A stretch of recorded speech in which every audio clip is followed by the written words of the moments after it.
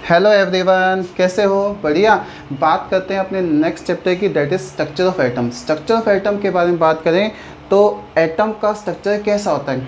Atom के बारे में बात करें तो एटम के बारे में काफ़ी सारी इंफॉर्मेशन हमें जॉन डाल्टन, जिसमें डाल्टन एटॉमिक थ्योरी, उसमें हमें काफ़ी सारी इंफॉर्मेशंस पता चल पाई कि एटम क्या होता है और एटम किस तरीके से हम एटम के बारे में और इंफॉर्मेशंस गेन कर सकते हैं। लेकिन यहाँ पे हम पढ़ेंगे एग्जैक्टली एटम का स्ट्रक्चर कैसा होता है। अब स्ट्रक्चर किसी का पढ़ना है तो स्ट्रक्चर के बारे में पूरी इन्फॉर्मेशन होनी चाहिए, मतलब उसके अंदर क्या क्या होता है। तो यही चीज़ हमें यहाँ पे पहले इन्फॉर्मेशंस गेन करनी है कि एग्जैक्टली एटम के अंदर होता क्या क्या है। ठीक है, इसके बारे में बात करें तो सबसे पहले आपको पता है कि जो जॉन डाल्टन थे उनने एटॉमिक थ्योरी दी थी। कौन सी थ्योरी थी? Atomic theory. आप सभी को पता है एटॉमिक थ्योरी में क्या था। Atom is the indivisible part, किसी मैटर का इनडिविजिबल पार्ट होता है, उसे क्या कहते हैं? एटम कहते हैं। एटम फर्दर डिवाइड नहीं हो सकता, ये बात हमें जॉन डाल्टन में एटॉमिक थ्योरी में हमें पता चली थी। एटम जो होता है फर्दर डिवाइड नहीं हो सकता, मतलब सबसे स्मॉलेस्ट पार्ट किसी मैटर का अगर हम कहें तो वो क्या होगा? एटम होगा। ये बात हमें यहाँ पे पता चली। ठीक है, लेकिन इस चैप्टर में पढ़ेंगे एटम जो होता है वो भी फर्दर डिवाइड हो सकता है। एटम के बारे में बात करें तो फर्दर डिवीजन के बारे में बात करें तो एटम के बारे में काफ़ी सारी प्रॉपर्टीज़ जो हैं अलग अलग साइंटिस्टों ने पढ़ी समझी एटम के फर्दर डिवीजन के हेल्पफुल के लिए। जैसे जो डेवी साइंटिस्ट थे उसने कहा था इलेक्ट्रिकल चार्ज के बारे में। इलेक्ट्रिकल चार्ज का मतलब किसी एटम पे चार्ज कैसे आता है, मतलब इलेक्ट्रिकल चार्ज कैसे आता है, ये बात डेवी साइंटिस्ट ने कहा। इसने क्या कहा, कुछ एलिमेंट्स लिए जैसे calcium, sodium, potassium, strontium, barium, ये कुछ एलिमेंट्स लिए उस एलिमेंट के नेचर के बारे में इसने स्टडी किया। और इलेक्ट्रिकल चार्ज मतलब एटम पे इलेक्ट्रिकल चार्ज कैसे आ सकता है, मतलब कैसे हम इलेक्ट्रिकल चार्ज के बारे में समझ सकते हैं। ये बात डेवी ने कुछ एक्सपेरिमेंट परफॉर्म किए। 5 एलिमेंट जो मैंने आपको बताया, इन एलिमेंट पे इसने एक्सपेरिमेंट परफॉर्म किया और पता चला इलेक्ट्रिकल चार्ज के मतलब चार्ज ऑफ द एटम पे कैसे चार्ज आ सकता है। तो मतलब कुछ हद तक हमें मतलब फंडामेंटल पार्टिकल्स के बारे में पता चलने लगा, भाई एटम के अंदर कुछ और चीज़ें भी होती है। तो कुछ पार्ट हमें डेवी साइंटिस्ट ने बताया कि इलेक्ट्रिकल चार्ज के बारे में। इसके बाद हम बात करें जो माइकल फेरेडे थे। फेरेडे जो है दैट इज अ साइंटिस्ट जिसने इंफॉर्मेशन हमें बताई थी चार्ज के बारे में। तो उसने क्या कहा कि रिलेशन बताया मैटर का इलेक्ट्रिकल चार्ज के साथ। मैटर आपको पता है जॉन डाल्टन ने कहा था जो मैटर होता है वो उसका सबसे स्मॉलेस्ट पार्ट जो होता है एटम होता है। ये बात हमें जॉन डाल्टन एटॉमिक थ्योरी में बताई। अब एटम मतलब मीन्स मैटर। मैटर का इलेक्ट्रिकल चार्ज के साथ क्या रिलेशन, मतलब मैटर जो होता है वो कैसे हम इलेक्ट्रिकल चार्ज को एक्सप्लेन कर सकें। मतलब just a explanation of Davy experiment, उसमें माइकल फेरेडे ने उसने एक्सप्लेन किया वो कैसे मैटर जो होता है उस पर इलेक्ट्रिकल चार्ज होता है, कैसे रबिंग करते हैं या कैसे एक मैटर पे दूसरे मैटर पॉजिटिव नेगेटिव चार्ज आता है। ये सब कॉन्सेप्ट हमें काफ़ी हद तक माइकल फेरेडे ने बताया। ठीक है, उसके बाद आया स्टोनी। स्टोनी जो साइंटिस्ट है इसने इलेक्ट्रॉन के बारे में, एक वर्ड आया इलेक्ट्रॉन, तो इलेक्ट्रॉन के वर्ड के बारे में सबसे पहले स्टोनी साइंटिस्ट ने बताया। क्या कहा, electrical charge associate with the atom. Electrical charge जो है एटम के साथ एसोसिएट होता है, मतलब एटम के साथ कंबाइन होता है। कैसे? इसने क्या किया, जैसे मान लो मेरे पास ये मान लो एक रॉड है, मान लो एबोनाइट की रॉड है, आपने सुना होगा इलेक्ट्रिकल चार्ज के बारे में कहीं ना कहीं। तो एबोनाइट की रॉड है उसको हम रब करते हैं किसी दूसरे सरफेस के साथ या सिल्क या वुल के क्लॉथ के साथ, रब करने से क्या होता है, कुछ चार्ज आ जाता है, कुछ चार्ज आता है, एक पे पॉजिटिव या नेगेटिव चार्ज। तो इलेक्ट्रॉन्स कैसे माइग्रेशन होते हैं बेसिकली, इसने यहाँ से एक वर्ड आया इलेक्ट्रॉन्स, जो चार्ज पार्टिकल। इलेक्ट्रॉन्स को बेसिकली हमने वर्ड यूज़ किया एक एम्बर। एम्बर मतलब जैसे आपने सुना होगा एबोनाइट और एम्बर होते हैं इलेक्ट्रिकल चार्ज में हम यूज़ करते हैं। तो एम्बर वर्ड से हम रिलेट करके यहाँ पे स्टोनी ने बताया चार्ज के बारे में काफ़ी हद तक इन्फॉर्मेशन उसने बताई। मतलब रबिंग के थ्रू, जैसे हम सर्दियों के समय अपने हाथ को ऐसे रब करते हैं ना, तो हमारे हाथ हीट हो जाते हैं, गर्म हो जाते हैं। तो गर्म का मतलब कुछ चार्ज हुआ। ऐसी अगर एक सब्सटेंस दूसरे के साथ सब्सटेंस के साथ हम रब करते हैं, फ्रिक्शन करते हैं, तो बेसिकली चार्ज के बारे में यहाँ से पता चला। तो association of charge with the atom, atom के साथ चार्ज का क्या रिलेशन होता है, ये बात काफ़ी हद तक हमें स्टोनी ने बताई। ठीक है, इसके बाद आया जब हमें इलेक्ट्रॉन्स के बारे में पता चलने लगा, मतलब फंडामेंटल पार्टिकल्स, बेसिकली हम बात करें फंडामेंटल पार्टिकल्स के बारे में पता चलने लगा, तो और चीज़ें हमारे सामने है कि जो कैथोड रेज होती है उसकी डिस्कवरी हमें समझ में आई। ऐसे हमें एनोड रे, जैसे हमें इलेक्ट्रॉन्स के बारे में पता चला, ऐसे और भी फंडामेंटल पार्टिकल्स पता चलने लगे तो हमें एनोड रे के बारे में पता चला। इसके बाद एक्स रे के बारे में और भी बहुत सारे डिफरेंट एक्सपेरिमेंट के बारे में हमें धीरे धीरे पता चलने लग गया। ठीक है, तो इस तरीके से यहाँ से कॉन्सेप्ट इंट्रोड्यूस हुआ फंडामेंटल पार्टिकल। किसका? Fundamental particles. जो फंडामेंटल पार्टिकल्स होते हैं एटम्स के अंदर, मतलब अब हम एटम के अंदर घुस चुके हैं, मतलब फंडामेंटल पार्टिकल्स जो होते हैं एटम्स के अंदर वो हम पढ़ना स्टार्ट करेंगे। मतलब इलेक्ट्रॉन्स, प्रोटॉन्स, न्यूट्रॉन्स, ये कुछ फंडामेंटल पार्टिकल्स होते हैं जो एटम्स के अंदर प्रेजेंट होते हैं। और हम कह सकते हैं ऐसा नहीं कि फंडामेंटल पार्टिकल्स ही प्रेजेंट होते हैं, और भी पार्टिकल्स होते हैं, जैसे हम पोजिट्रॉन्स, मिजॉन्स, ये सब कह सकते हैं। ये सब एटॉमिक पार्टिकल्स मतलब एटम के अंदर के पार्टिकल्स हो सकते हैं। लेकिन हमें बेसिकली फंडामेंटल पार्टिकल पर फोकस करना है, जो इलेक्ट्रॉन्स, प्रोटॉन्स, न्यूट्रॉन्स होते हैं उसके बारे में हम समझना है। तो सबसे पहले मैं आपको इस चैप्टर में बताऊंगा इलेक्ट्रॉन्स के बारे में। इलेक्ट्रॉन्स क्या होते हैं, इलेक्ट्रॉन्स को हम कैसे आइडेंटिफाई कर सकते हैं। तो बात करते हैं इलेक्ट्रॉन्स के बारे में। इलेक्ट्रॉन को एक्सप्लेन करने के लिए कॉन्सेप्ट आता है कैथोड रे का। किसका आता है? कैथोड रे का। कैथोड रे का experiment basically Julius Plucker scientist थे, उन्होंने सबसे पहले स्टार्ट किया। एक डिस्चार्ज ट्यूब ली, डिस्चार्ज ट्यूब में क्या 2 इलेक्ट्रोड लिए, इलेक्ट्रोड के बाद उसको हाई वोल्टेज से कनेक्टेड किया और उस डिस्चार्ज ट्यूब के अंदर एयर को निकाल दिया गया बाय वैक्यूम पंप। तो जब उसके अंदर हमने एयर को निकाल दिया और उसमें कोई पर्टिकुलर गैस फिल करी, तो एक इलेक्ट्रिकल फ्लोरेसेंस कॉन्सेप्ट इंट्रोड्यूस हुआ। मतलब एक चार्ज, मतलब हम बता सकते हैं कुछ रेडिएशंस के बारे में हमें पता चला। ये जूलियस प्लकर ने पहले बताया, उसके बाद विलियम क्रुक ने बताया। इसलिए कई जगह पे हम इसे क्रुक ट्यूब एक्सपेरिमेंट भी कहते हैं, क्योंकि विलियम क्रुक ने इसके बारे में बताया काफ़ी हद तक सेम एक्सपेरिमेंट डिस्चार्ज ट्यूब का। उसके बाद फाइनली जेरे थॉम्सन ने पूरा 100% अच्छे से एक्सप्लेन किया। जो कैथोड रे ट्यूब एक्सपेरिमेंट था उसको पता चला, और फाइनली हमें पता चला कि एटम के अंदर एक fundamental particle that is electrons भी होता है और भी होते हैं। हम सबसे पहले बात करते हैं फंडामेंटल पार्टिकल्स इलेक्ट्रॉन्स के बारे में। तो इलेक्ट्रॉन के लिए हमें इस एक्सपेरिमेंट को समझना बहुत इंपॉर्टेंट। अब हम समझते हैं कैथोड रे का एक्सपेरिमेंट। ठीक है, तो कैथोड रे का एक्सपेरिमेंट क्या होता है इसको अब हम समझते हैं। तो देखिए बेटा, कैथोड रे एक्सपेरिमेंट क्या पढ़ेंगे अब कैथोड रे एक्सपेरिमेंट के बारे में हम पढ़ते हैं। क्या होता है कैथोड रे ट्यूब एक्सपेरिमेंट? तो बात करते हैं कैथोड रे ट्यूब एक्सपेरिमेंट। इसके बारे में बात करेंगे, कैथोड रे ट्यूब एक्सपेरिमेंट के बारे में बात करें। जूलियस प्लकर, विलियम क्रुक और जे थॉम्सन, इन साइंटिस्टों ने इस एक्सपेरिमेंट पे वर्क किया और इसको कैथोड रे ट्यूब एक्सपेरिमेंट, इसीलिए हम इसको क्रुक ट्यूब एक्सपेरिमेंट भी कह देते हैं। क्या कह देते हैं बेटा? क्रुक ट्यूब एक्सपेरिमेंट भी कह देते हैं। ये इस एक्सपेरिमेंट के और नाम हो गए, या फिर इसको कह सकते हैं हम डिस्चार्ज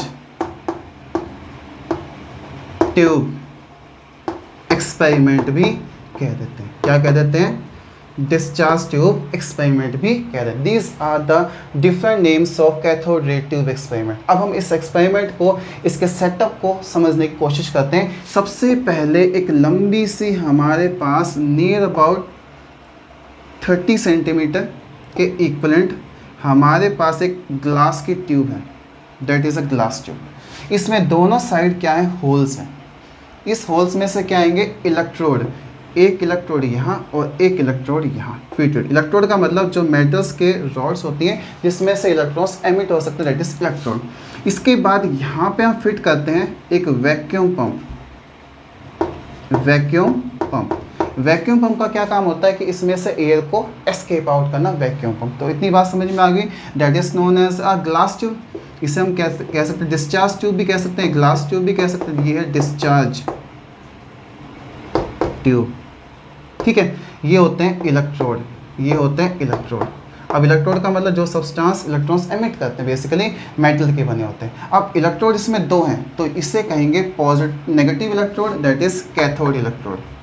इसे कहते हैं कैथोड इलेक्ट्रोड। ठीक है, और इसको कहते हैं एनोड इलेक्ट्रोड।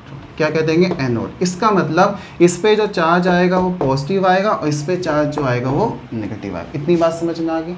इसके बाद इस ट्यूब के जो इलेक्ट्रोड है इसको वायर से कनेक्ट करके हम एक सर्किट की तरफ लेके जाएंगे।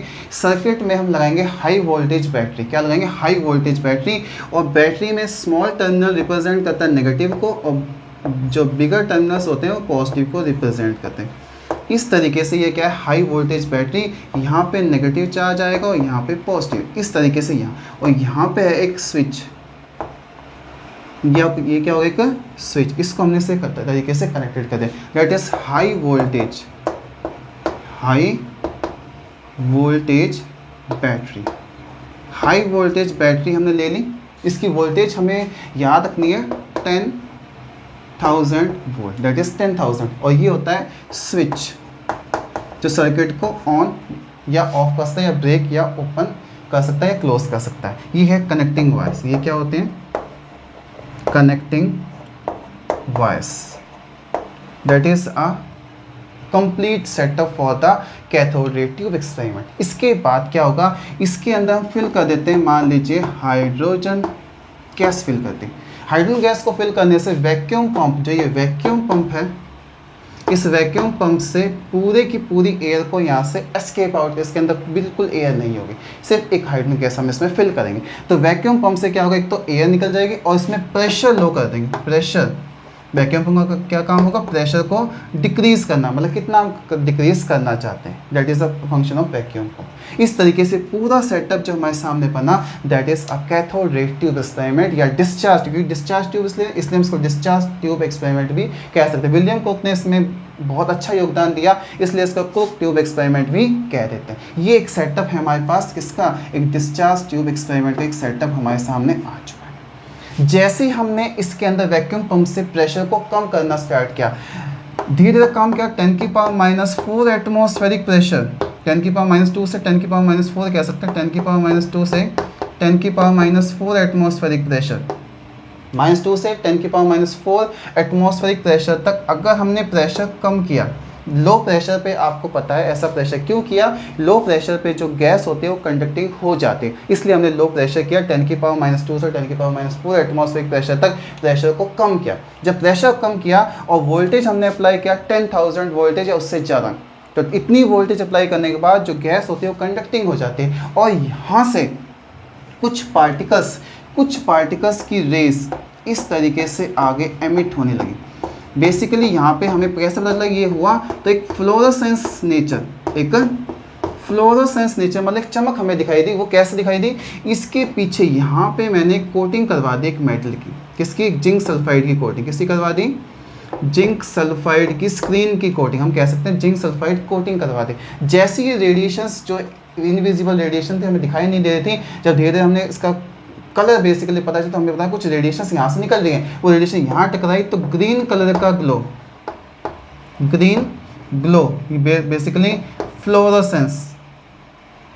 फ्लोरोसेंस बेसिकली इस तरीके से ग्लो दिखाई दिया। तो हमें पता चला कि कुछ इनविजिबल्स या कुछ रेडिएशंस जो है वो यहाँ से निकली और इधर की तरफ निकलना स्टार्ट। इसका मतलब जो रेडिएशंस निकल रहे बेसिकली नेगेटिव से निकल रहे, इसलिए इन रेडिएशंस को नाम दिया गया कैथोड रे।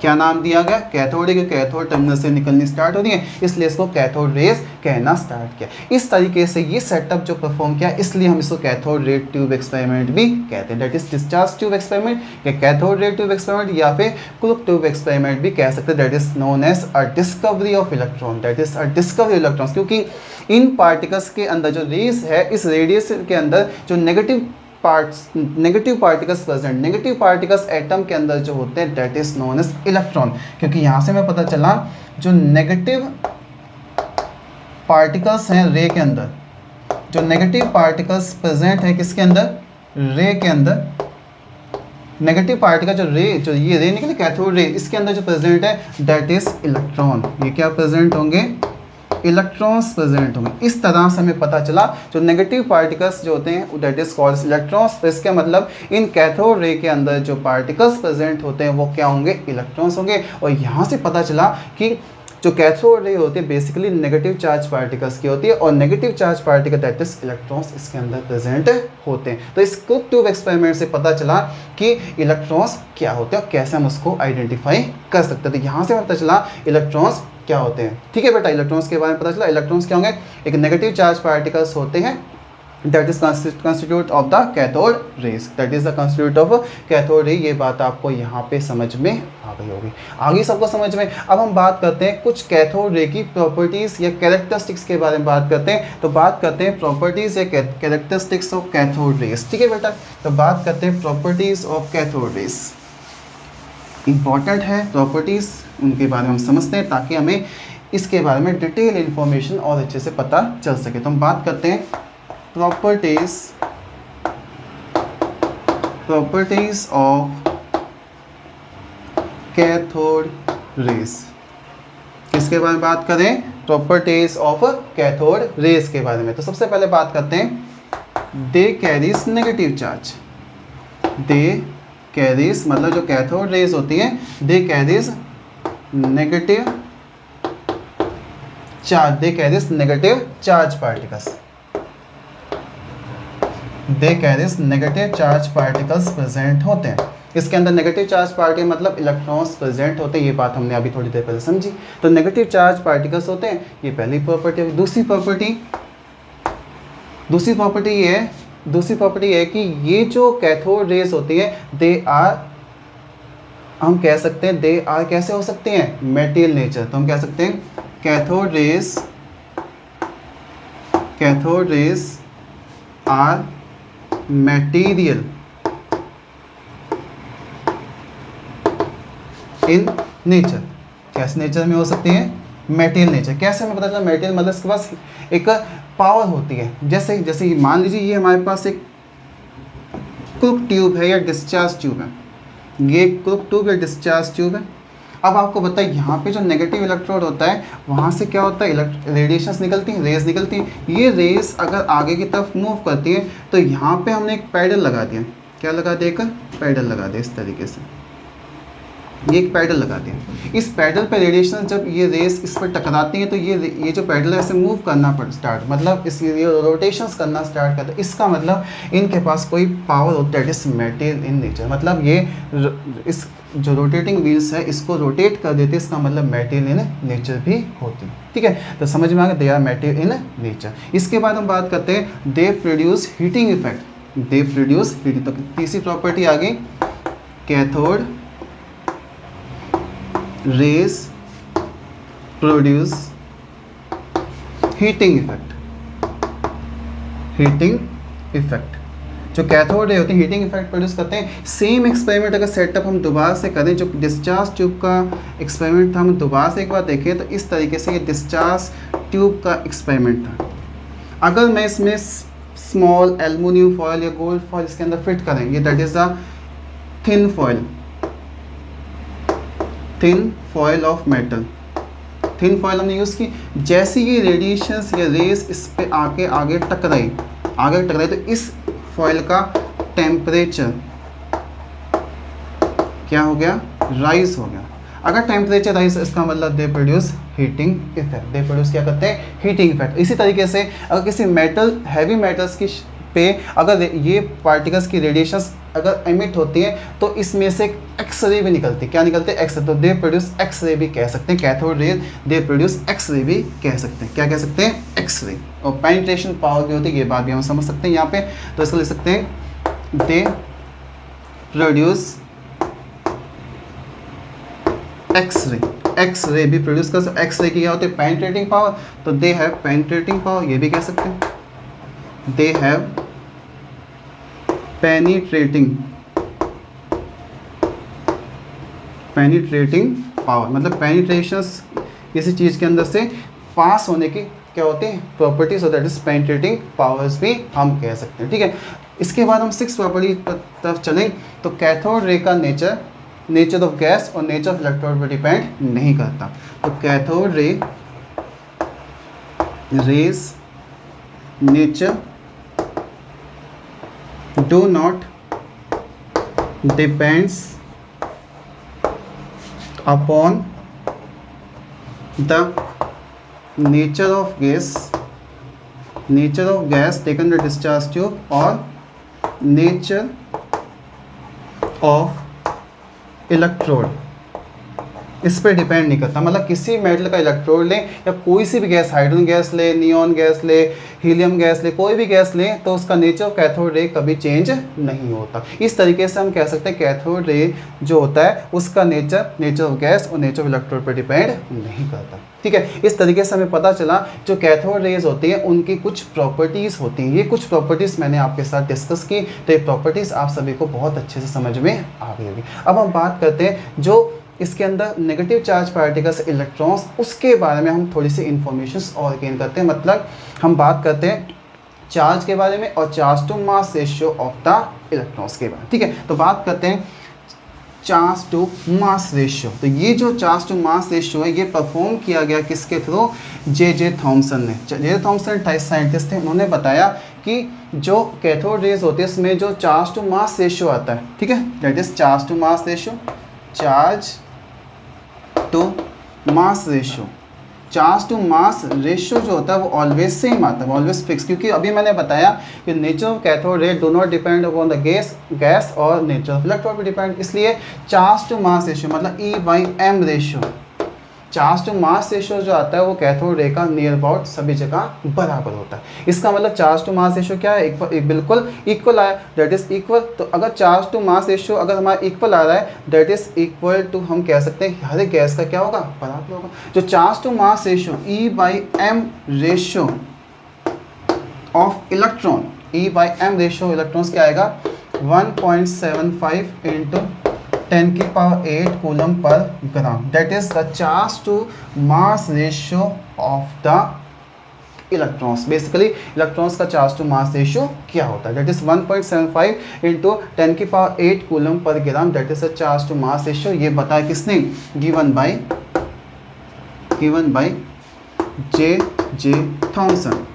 जे थॉमसन ने इस चीज़ को बताया। कैसे? इन्होंने कहा कि जो डिस्चार्ज ट्यूब होती है, डिस्चार्ज ट्यूब में हम इलेक्ट्रिकल मैग्नेटिक फील्ड अप्लाई करें। डिस्चार्ज ट्यूब में, जैसे ये डिस्चार्ज ट्यूब है, इस डिस्चार्ज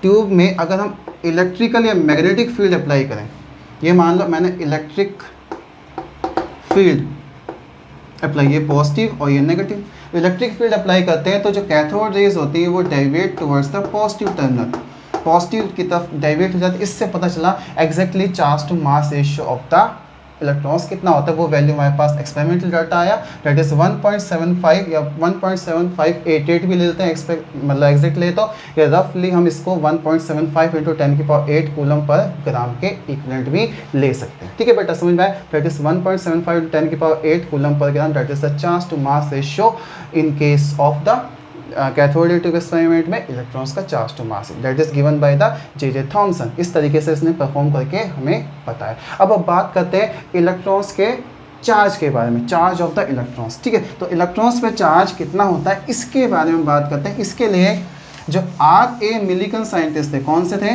R.A. Millikan scientist. तो बात करते हैं charge on electron, charge on electron, electron पे चार्ज कितना होता है। इसके लिए एक्सपेरिमेंट परफॉर्म किया गया, एक्सपेरिमेंट परफॉर्म किया गया किसने? R.A. Millikan. R.A. Millikan scientist थे जिन्होंने एक एक्सपेरिमेंट किया। एक्सपेरिमेंट का नाम था ऑयल ड्रॉप एक्सपेरिमेंट। जो ऑयल ड्रॉप एक्सपेरिमेंट परफॉर्म किया गया, ऑयल ड्रॉप एक्सपेरिमेंट से पता चला एग्जैक्टली जो इलेक्ट्रॉन्स होते हैं उस पर चार्ज कितना होता है। क्या एक्सपेरिमेंट था? हम उसको सेटअप इस तरीके से बता सकते हैं। मान लीजिए ये हमारे पास क्या है, एक इस तरीके से हमारे पास ये एक कंटेनर है। ठीक है, ये क्या है हमारे पास? एक कंटेनर। क्या है मेरे पास बेटा? ये कंटेनर। हम कह सकते हैं कंटेनर इस तरीके से बनेगा। क्या बनेगा? इस तरीके से कंटेनर बनेगा। ये क्या हो गया हमारे पास? एक कंटेनर हो गया। इस कंटेनर के अंदर, इस कंटेनर के अंदर यहाँ से हम क्या करते हैं? ऑयल को इजेक्ट करेंगे बाय यूजिंग एटोमाइजर। किससे यूज़ करेंगे? मान लीजिए ऑयल का स्प्रे करने वाला, that is known as atomizer. इसे कह सकते हैं हम एटोमाइजर। एटोमाइजर जो ऑयल को स्प्रे करता है। अब ऑयल को स्प्रे करेंगे तो क्या होता है? यहाँ पे एक होल होता है, एक पार्टीशंस है। इस होल से जो ऑयल के पार्टिकल्स हैं, जो ऑयल के पार्टिकल्स, किसके पार्टिकल्स हैं? ऑयल के पार्टिकल्स। ये मान लो ऑयल के पार्टिकल्स हैं, ये मान लो किसके पार्टिकल्स हैं? ऑयल के पार्टिकल्स। ऑयल के पार्टिकल्स, एक पार्टिकल्स मान लो यहाँ आ गया, एक पार्टिकल यहाँ। अब क्या करेंगे? हम दोनों जगह एक फील्ड अप्लाई करेंगे। क्या फील्ड करेंगे? एक इलेक्ट्रिकल फील्ड अप्लाई करते हैं। मान लीजिए ये एक फील्ड हमने ऊपर की तरफ अप्लाई करी, ठीक है, इसमें एक होल होगा, उस होल से पार्टिकल नीचे आ सकता है। यहाँ पे हमने दूसरा प्लेट ले ली, ये दूसरी प्लेट ले ली, ये इलेक्ट्रिकल फील्ड अप्लाई किया। क्या किया हमने? Electrical field electrical field apply किया, इसको हम पॉजिटिव टर्मिनल कहते हैं तो इसको नेगेटिव कहते हैं, ठीक है। और यहाँ पे हमने एक ले लिया एक instrument that is called S, हम कह सकते हैं जिससे हम एक माइक्रोस्कोप की तरह या पेरिस्कोप की तरह हमने इंस्ट्रूमेंट लिया, पेरिस्कोप या माइक्रोस्कोप ले सकते हैं जिस तरीके से, ताकि हम इस आई से इस पार्टिकल के बारे में देख सकें। ये बात हमने सारी सेटअप की। जैसे हमने यहाँ से क्या किया, एक्सरे, इसको यहाँ पे जो है ना, यहाँ पे हमने इसमें एक्सरे एमिट करी, क्या करी, एक्सरे एमिट करी इस पार्टिकल के ऊपर। जैसे एक्सरे आई तो यहाँ से एटम जो आइस्कोप या माइक्रोस्कोप है, इससे हमने क्या किया, हमने इस चार्ज को देखा, देखने के बाद एग्जैक्टली इस पार्टिकल में जो इलेक्ट्रॉन्स है, उस इलेक्ट्रॉन्स का जो सिचुएशन आ जाएगी वो रेस्ट आ जाएगी। किस में आ जाएगी, रेस्ट सिचुएशन आई, मतलब इस पर ग्रेविटेशनल फोर्स और जो इसका इलेक्ट्रिकल फील्ड अप्लाई, इसका फोर्स नियर अबाउट इक्वल हो जाएगा। तो इस समय रेस्ट सिचुएशन आ जाएगी इस पार्टिकल। रेस्ट सिचुएशन में जो इस पर चार्ज फाइंड आउट किया, that is a rest charge of the electron, या slightly moving velocity of the electron का जो चार्ज होगा, that is a charge of the this electron. ये वैल्यू हमने फाइंड आउट की, और वैल्यू कितनी आई, 1.6 into 10⁻⁻19 coulomb, that is the value of charge on the electron. ये वैल्यू हमने नेगेटिव के साथ रिप्रेजेंट किया, इसका मतलब कि किसका चार्ज होगा, इलेक्ट्रॉन का charge. 1.6 into 10⁻⁻19 coulomb, that is the charge on this oil particles in the rest situation, that is 1.6 into 10⁻⁻19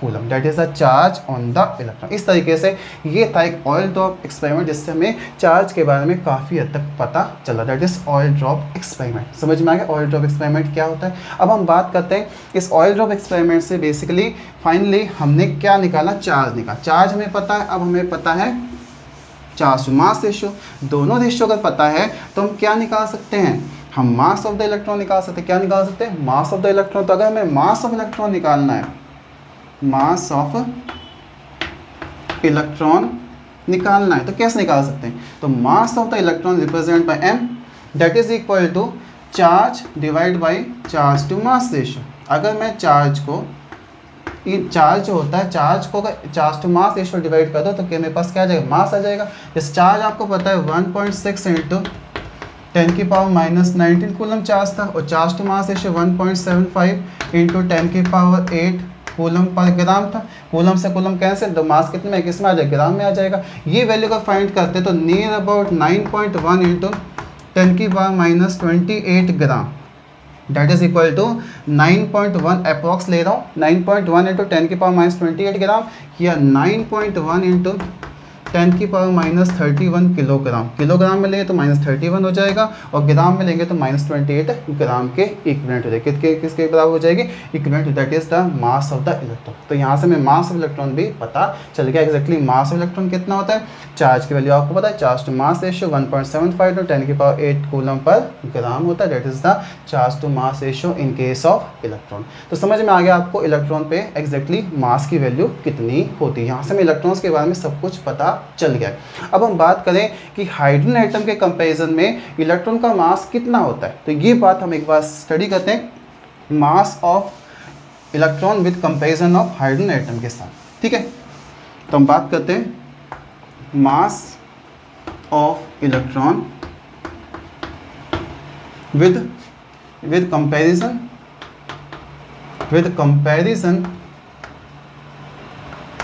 to mass of hydrogen atom, mass of hydrogen atom.